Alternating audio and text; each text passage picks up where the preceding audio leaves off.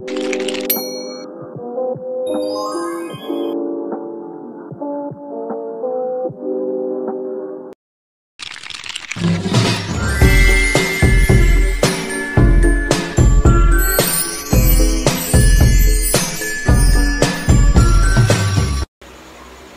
ay yaman, aminyo, saan nga agsardeng kayat ko nga ibinigay ti bagtik sa Eloisa Grace Ebon, si Ak, tagapigkawayan, aken agdal iti EDI, Notre Dame of Midsayap College, iti kursong Bachelor of Science in Criminology, 20 ke 2 titawin ko, adaak dito'y tapno ibinigay ti personal a mensahe ko maipanggep iti ilik yo ken kultura yo.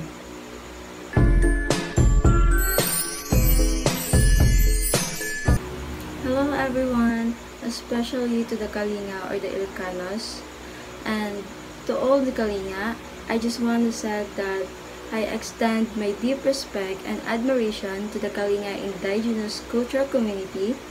Your rich traditions, ancestral wisdoms, and unwavering commitment to preserving your heritage are vital parts of our nation's cultural identity. May your culture continue to strive for a generation or for more generation to come, and may more people to be appreciate the beauty and significance of the Kalinga heritage. Ay ayaten ko ti Kalinga. Bye-bye!